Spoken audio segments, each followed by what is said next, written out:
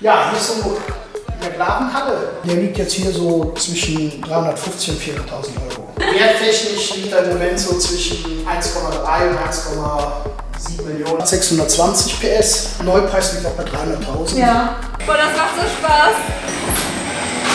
Ja, oben kommen wir in die Flipper-Etage. Hier stehen über 50 Flipperautomaten. Was zur Hölle?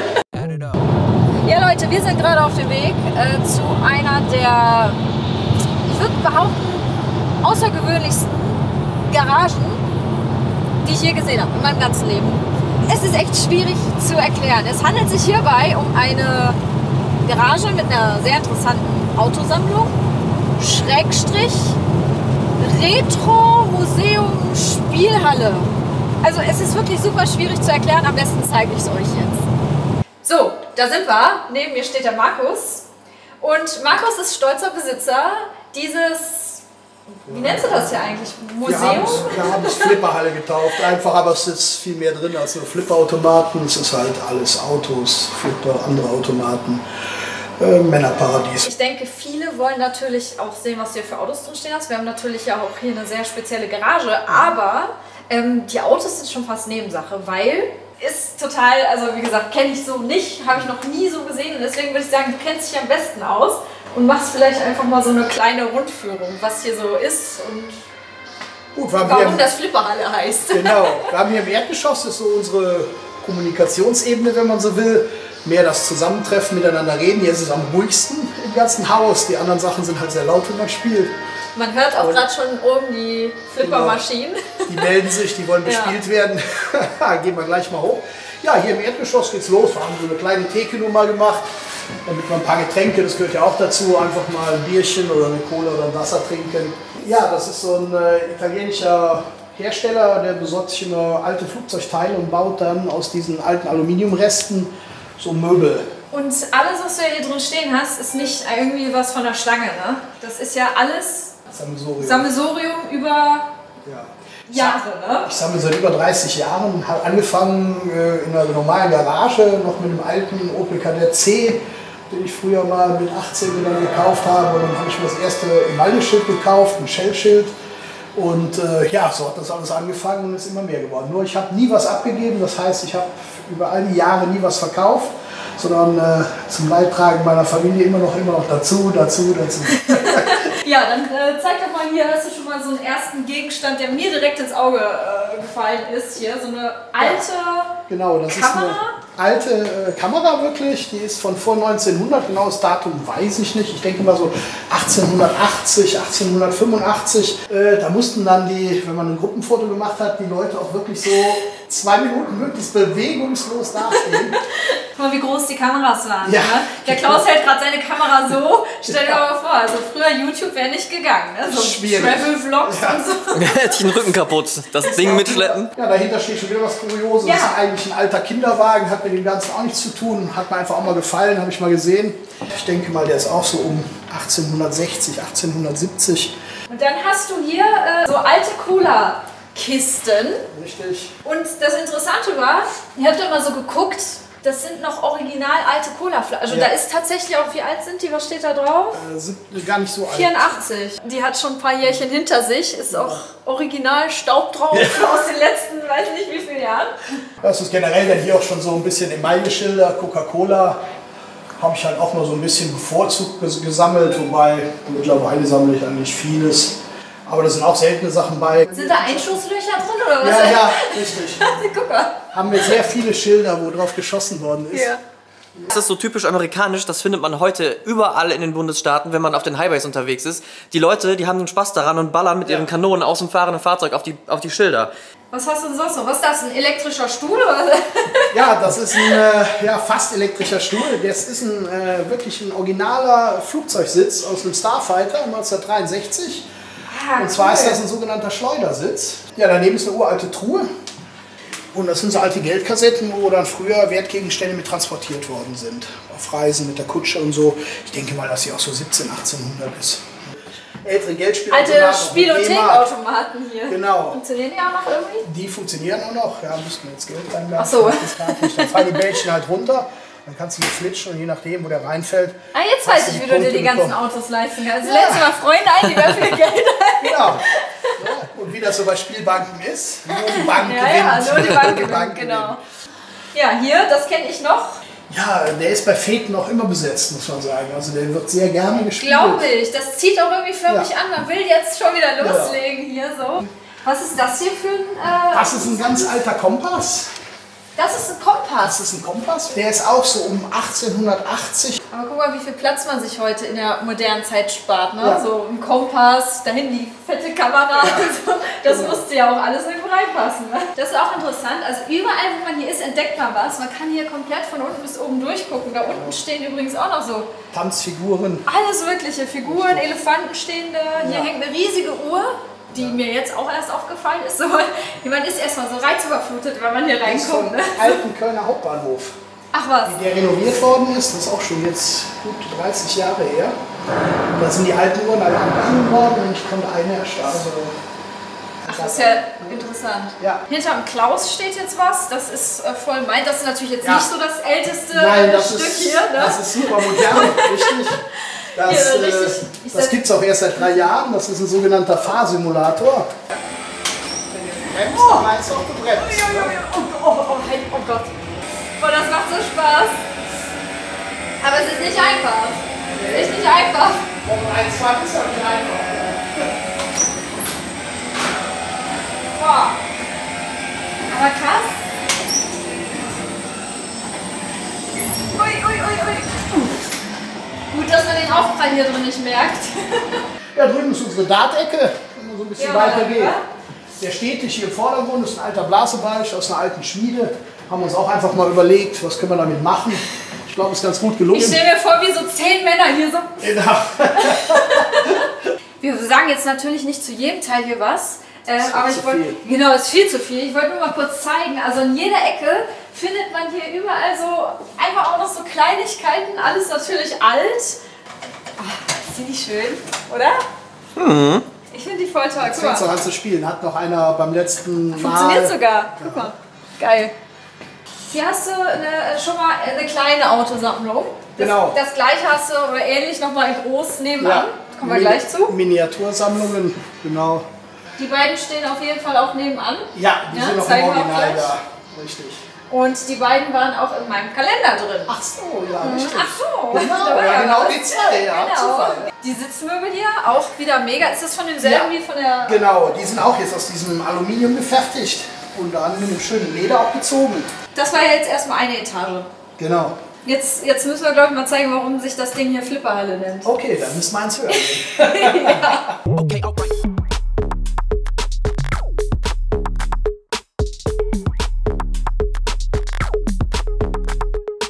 Ja, oben kommen wir in die Flipper-Etage.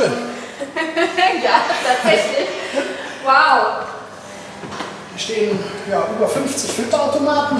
Was zur Hölle? Das Gute daran ist, man findet öfters mal eine Sammlung, aber das Gute hier ist wirklich, sie funktionieren alle. Die meisten sind so von 1989 bis zum Jahr 2000. Und auch hier kann man wieder schön durchgucken. Ja. Hier durchs ganze Gebäude.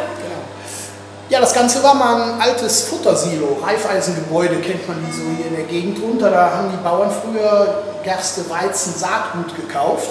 Ja. Da ist auch noch der alte Motor hier auf dem Block. Damit haben die früher ihre Säcke hier oben hingezogen. Dann haben die hier Weizen, Gerste gelagert. Das war allerdings alles es war alles vergammelt und wir haben das dann mal renoviert. Und die Decken auch wieder aufgemacht, sodass man jetzt wirklich bis ins Untergeschoss wieder gucken kann. Markus wohnt hier nicht.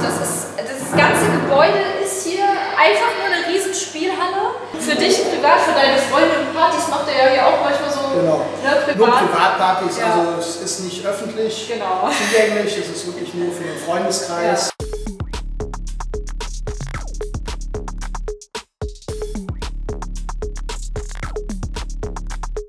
Darauf habt ihr wahrscheinlich alle gewartet, in die Heiligen Hallen. Heiligen Hallen. Ja, dann. Ja, hier ist so die McLaren-Halle. Da haben wir noch einen kleinen Ausläufer mit ein paar Oldies. Guckt man gleich mal rein, ein Rennauto. Ja, hier vorne der 27er ist mein aktuelles Auto auch für Rennstreckenmobil, genau. Ich fahre keine richtigen Rennen, ich fahre halt nur auf diesen privaten Rennen, Ja. Trackdays, Hobbyrennen. Ja. Ich habe jetzt keinen Rennstall oder so und fahre eigentlich mit Serienfahrzeugen. Ich habe jetzt auch mal einen Rennwagen gekauft, aber das auch nur zu privaten Zwecken. Ja, dahinter steht das Vorgängermodell. Gehen wir mal weiter. 650 PS. Man kann sich das bei McLaren immer so schön einfach merken, weil anhand des Namens, wenn es ein 650 ist, dann hat er dementsprechend auch 650 PS. Hier gehen die Türen einfach nur so auf, dass sie so nach vorne gehen. Das Dach blieb aber zu. So muss man also ein bisschen reinhuschen, sag ich mal. Reinklettern. Sich reinklettern. Das ist beim 27er noch ein bisschen anders. Ah, okay. Und dadurch kann man auch besser einsteigen. Die Tür ist natürlich schon wesentlich größer dann auch dadurch. Ne? Aber man hat halt eben nicht mehr dieses... Der 27S, muss ich auch sagen, der hat mich so beeindruckt.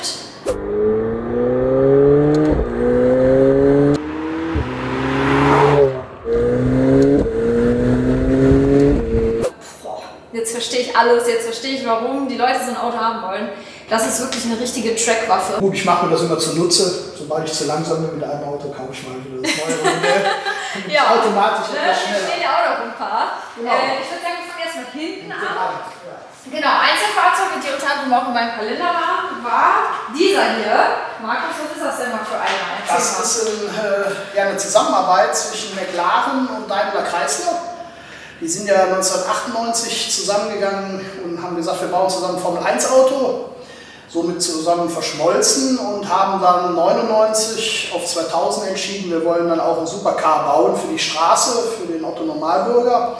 Ja, und daraus ist der SLR geworden. Den gab es dann als Coupé und als Roadster. Das hier ist der Roadster. Da gibt es 374 Stück von. Das Coupé gibt es ein bisschen mehr, also glaube ich 1300 Stück unterwegs, auch nicht so viele. Also limitiert weltweit auf 300? Ja, es sind einfach nicht so viele verkauft worden. McLaren wollte halt einen sehr hohen, oder Mercedes, Daimler Chrysler damals wollte einen sehr hohen Preis haben von 500.000 Euro. Und da waren nicht sehr viele Leute bereit, den zu bezahlen. Man wollte erst, ich glaube, 4.000 Stück auflegen, aber die sind nie verkauft worden. Also es hat sich von selber limitiert, da sie nie ausgeliefert worden sind. Ja, das hier so, ich sag mal, typisch klassisch. Außen Silber, innen Weinrot. Waren früher auch so die Rennfahrzeuge, das ist das klassische Ding. Den gab es aber in vielen Farben, den gab es von schwarz über weiß, in grün gab es den sogar auch. Also den konnte man frei wählen, wie man den haben möchte. Was ist der heute so wert, so wie er da steht? Im Moment sind die Werte immer noch nicht beim Neupreis angekommen. Der liegt jetzt hier so zwischen 350.000 und 400.000 Euro. Neu gekostet hat aber mal 500.000 Euro, also da fehlt noch was. Der 722er dagegen hat knappe 600.000 neu gekostet, der liegt jetzt schon bei über 1 Million. Weil der offiziell limitiert war. Der ist offiziell limitiert auf die 150 Stück, je nach Coupé oder Cabriolet. Und der Sterling Moss liegt mittlerweile zwischen 2 und 3 Millionen, so 2,5 Millionen, hat damals aber auch 800.000 gekostet. Aber Stichwort Millionen, jetzt gehen wir mal weiter zum nächsten Auto. Ja. Weil da sind wir ja, glaube ich, schon so in dieser Preiskategorie, ne? Ja, das ist der McLaren Senna. Das ist wirklich auch ein limitiertes Auto. 499 Stück wurden davon produziert. Es sind mittlerweile, glaube ich, alle ausgeliefert oder es werden jetzt die letzten ausgeliefert.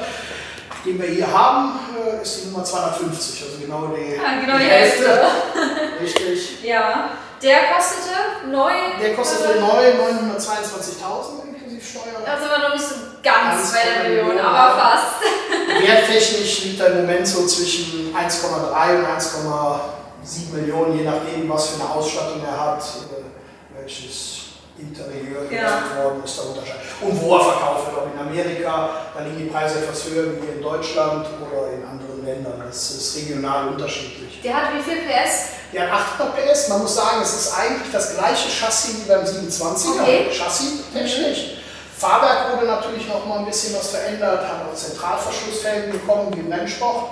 Soll ja auch, man sagt so, dass das erste Serienauto was ganz nah am Rennsport gebaut worden ist. Ungefähr 800 Kilo Downforce bei rund 200 Stundenkilometer. McLaren hat hier überhaupt nicht, oder in erster Linie sagt McLaren das, nicht auf die Optik geachtet. Viele sagen ja auch, das Auto gefällt vielen gar nicht. Es ist ein rein technisches Auto, also es ist wirklich, jede Finne, jedes Teil an dem Auto hat irgendeine Bewandtnis. Ne? Es ist also rein, alles hat eine Funktion, auch die Finnen drin, die sich bewegen, auf und zugemacht werden, hier auch links. Die Lufteinlässe bewegen sich alle.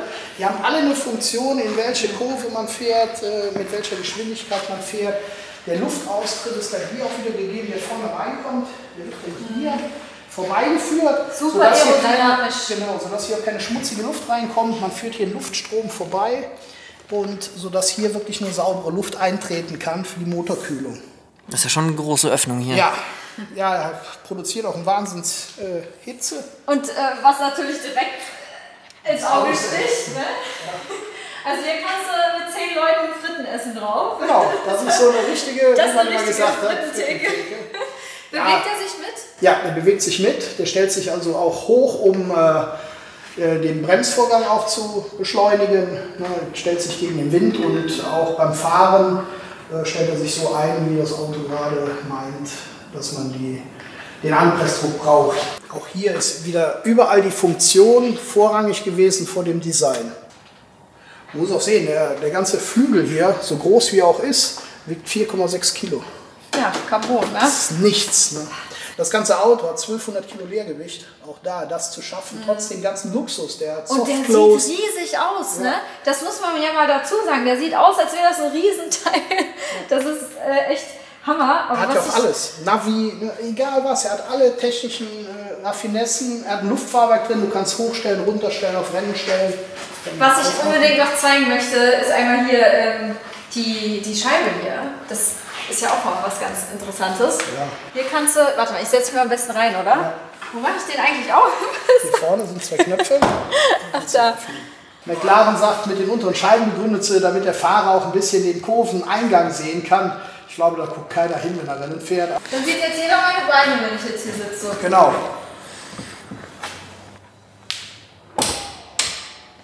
Ja.